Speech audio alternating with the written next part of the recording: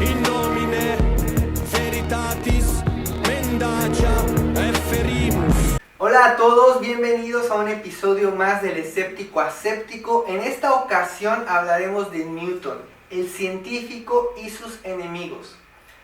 Entre 1650 y 1750 se dieron importantes cambios en toda la cultura europea. Se dio paso al surgimiento de una nueva forma de pensar. Las experiencias sensibles y la lógica serían usadas por primera vez para dar una descripción verdadera del universo físico.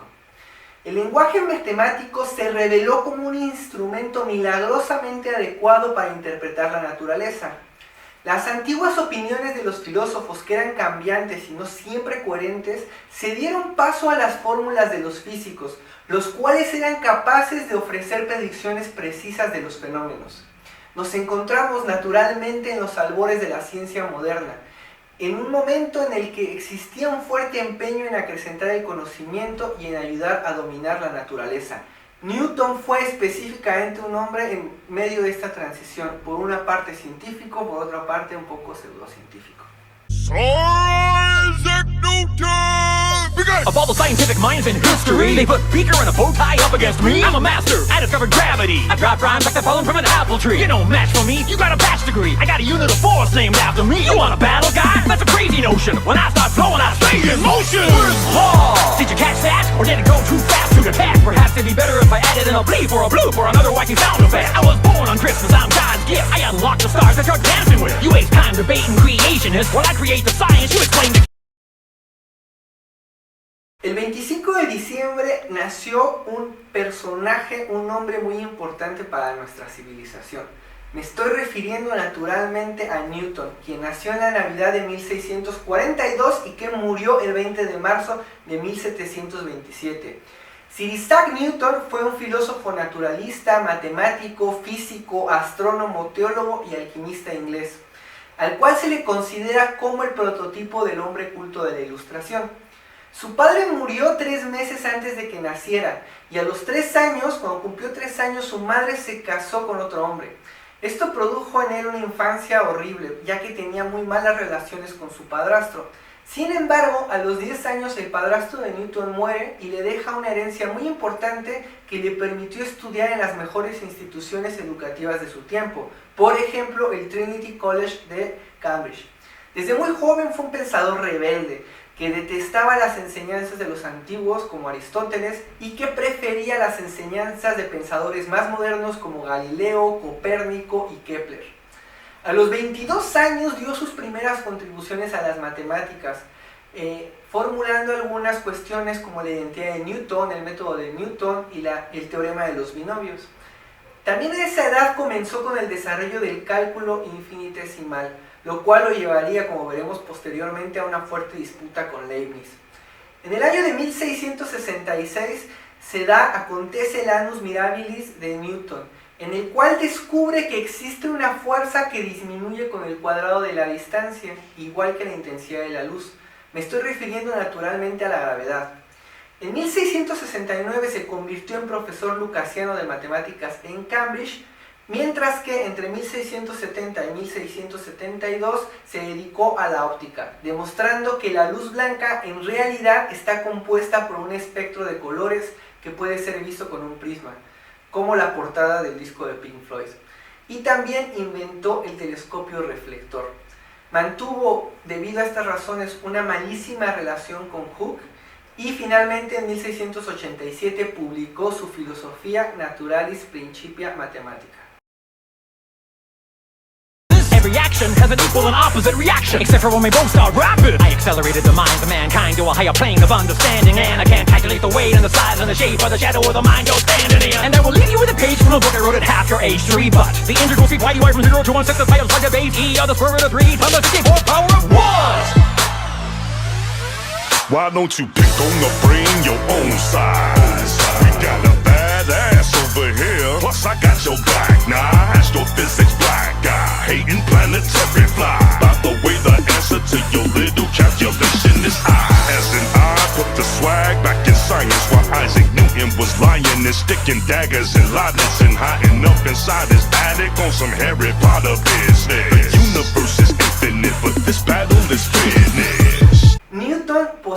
tenía una personalidad muy compleja. Se le puede considerar por una parte como uno de los primeros científicos modernos, quizás solamente después de Galileo Galilei. Sin embargo, a diferencia de Galilei, Newton practicaba ciertas artes supersticiosas, como por ejemplo la alquimia y la criptografía bíblica. Por una parte, fue un filósofo naturalista que creía que el universo físico se puede describir gracias a las matemáticas. Pero por otro lado era un fanático religioso que trataba de encontrar secretos ocultos en la Biblia. Newton decía que él era un pequeño hombre parado en los hombros de gigantes, es decir, de Galileo, Copérnico y Kepler. Se piensa que esta frase fue una frase que él acuñó para ofender a Hooke, uno de sus enemigos que era muy bajo de estatura. Lo que hoy sabemos es que sus descubrimientos en física fortalecieron la idea de que el lenguaje de Dios eran las matemáticas. Los movimientos de los objetos y de los astros celestes parecían hechos por un relojero. Newton contra Hooke. Newton era un individuo con un fuerte carácter, tenía mal humor y dicen muchos que era muy desagradable. Las disputas intelectuales siempre las llevaba a un plano personal y se hizo enemigos para toda la vida. Seguramente ninguno de nosotros nos hubiera gustado ser amigo de Newton. Hooke, sin embargo, era también un hombre bastante peculiar y muy desagradable. Era el hombre más importante de la ciencia inglesa en ese momento. Comenzando desde abajo, ocupó el cargo más importante como presidente de la London Royal Society. Resaltó como inventor, como físico, como biólogo, como químico y también como geólogo. Disputó con Newton a lo largo de su vida por dos razones. En primer lugar, por la óptica de Newton, a la cual desestimó, y después por la ecuación de la gravedad, la cual decía que Newton se la había robado, pero que evidentemente no tenía ninguna prueba para demostrar que esto era cierto. Newton no se tomó nada bien las críticas y evidentemente atacó a Hooke durante toda su vida porque intentaba demeritar su trabajo. De hecho, se cuenta que el único cuadro, el único retrato que existía de Hooke en la Real Academia, pues fue quemado por Newton como un acto de venganza. Damas y caballeros, bienvenidos a una de las peleas más feroces de la historia de la ciencia, con todo lo que el público quiere y reclama: trampas, engaños, insultos y genios malhumorados recluidos en sus habitaciones pensando cosas muy locas y muy científicas. En un rincón desde Inglaterra, Isaac Manzanita Newton. En el otro rincón, el germano Gottfried Calculin Leibniz. ¿Quién ganará esta contienda? ¿Quién se quedará con el título de los pesos pesados de la matemática? Ya comienza la guerra por el cálculo infinitesimal. Segundos afuera. La pelea entre estos dos grandes intelectuales europeos fue por el descubrimiento del cálculo. En 1965 Newton acusó a Leibniz de haberlo plagiado, ya que unos años antes él había escrito sobre el principio fundamental de su método. Newton en realidad estaba jugando sucio, ya que él eligió una comisión en la que era presidente y en la que redactó el reporte final, pues diciendo que evidentemente Leibniz le había robado su propio trabajo. Es decir, Newton fue juez y parte de esta decisión. Actualmente se reconoce que los dos lo descubrieron contemporáneamente. Leibniz en su momento contraatacó a Newton poniendo en duda la autenticidad de su descubrimiento sobre la gravedad. Defendió la idea de que esta concepción pertenecía en realidad a la orden secreta de la Rosacroce. En 1726, por este motivo, Newton eliminó todo tipo de referencia a Leibniz en su Principia Mathematica. ¿Cuál es el resultado de esta pelea? Bueno, pues que actualmente se reconoce que la prioridad en la aplicación físico-matemática del cálculo se debe a Newton, mientras que los símbolos que usamos y los aspectos lógicos matemáticos se refieren más a las contribuciones de Leibniz. Pero, ¿qué significado tuvo la revolución del cálculo? Para entender esto debemos comprender que desde los griegos hasta antes de Newton las matemáticas eran estáticas, es decir, servían muy bien para describir objetos sin movimiento. La geometría, de hecho, es como si pudiera tomar fotos de la realidad, pero era incapaz de describir la realidad como en una película. El cálculo permitió cambiar esta concepción, ya que sirve para explicar, por ejemplo, cómo se mueven los objetos en el espacio y en el tiempo. Incluye la interpretación de conceptos muy importantes para la ciencia moderna como movimiento, energía, momento y aceleración. El cálculo en realidad se trata de una nueva matemática y de un instrumento idóneo y muy útil para explorar el mundo físico, ya que nos da una descripción muy precisa del universo en movimiento. Gracias a Dios, gracias a Te Dios. quiero, papá. Y yo a ti, hijo. ¿Sabes, muchacho? Creo que nunca me había sentido tan cerca de ti como en este momento.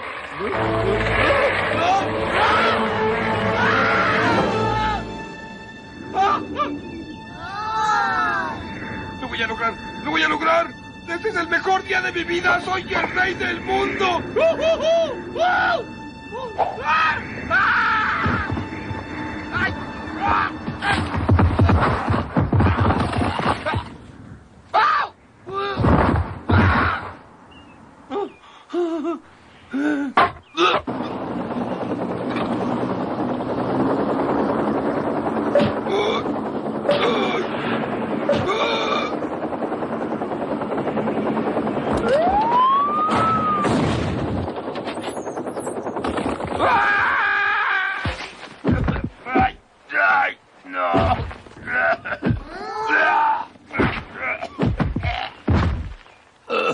¿Cuál fue la importancia de la revolución de la gravedad?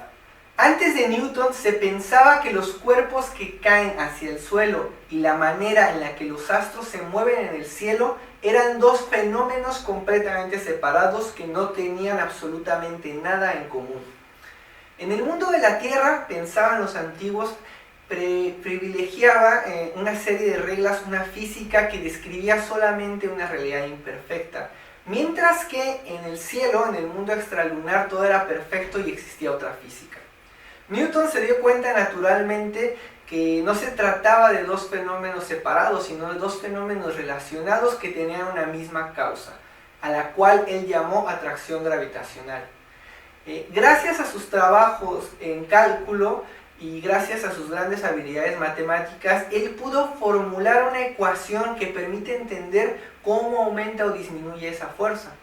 Su cálculo, en otras palabras, permitió predecir los movimientos planetarios con una excepción que después sería una piedra fundamental para la reformulación de la física con Einstein. Se trata evidentemente del perihelio de Mercurio. Concluyamos. Newton es un personaje imprescindible para entender nuestro mundo moderno. Con sus estudios nació y se consolidó la concepción mecanicista del universo, en la que Dios era visto sobre todo como un relojero que sabe de matemáticas y que ajustó el universo a la perfección. Las contribuciones de Newton a las matemáticas permitieron el desarrollo de nuevas áreas de estudio, dotando de nuevas estrategias a la labor del físico. Su teoría de la gravedad, por otra parte, sigue siendo considerada verdadera a las medianas distancias y solamente ha sido superado, más bien corregida por la física de Einstein. Newton, además de ser un personaje muy inteligente, pues también pudo haber sido un gran pugilista, ya que, como nos hemos dado cuenta a lo largo del video, tuvo muchísimos enemigos. Muchísimas gracias, arrivederci. Todo cuerpo en reposo continúa, no se mueve, no puede caminar. Si no hay una fuerza que lo mueva, este cuerpo en reposo seguirá.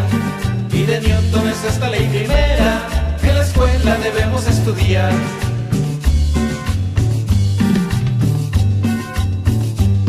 Si a un objeto le aplicas una fuerza, lo aceleras en esa dirección, y la fuerza resulta del producto de la masa por aceleración.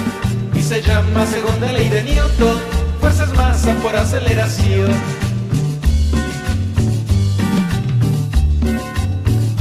A toda acción corresponde una reacción, igual magnitud y la misma dirección.